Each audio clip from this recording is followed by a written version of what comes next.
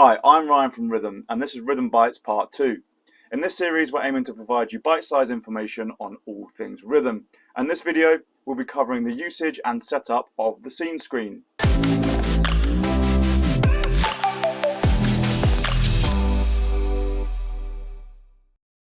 The scene screen can be thought of as Rithum's home screen, which provides quick access to presets for your lighting and other systems.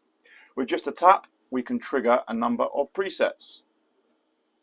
Up to 8 scene buttons are currently supported on the main screen, and they can each be from a different integration as required.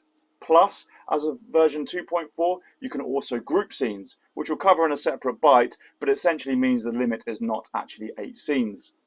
So to configure our scenes, we navigate to the settings screen, screens, scene screen, and here we see a list of our currently inserted scenes, with the order corresponding to the order on the scene screen itself.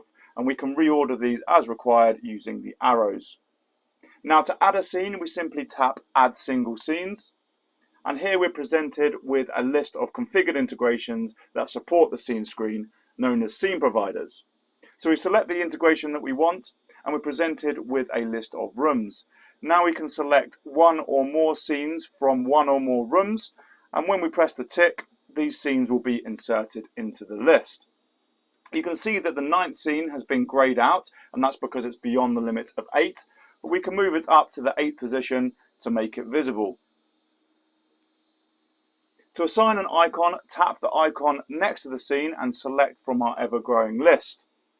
If there's specific icons you want to see, then be sure to post on our forum using the link below, and we'll endeavour to get them added.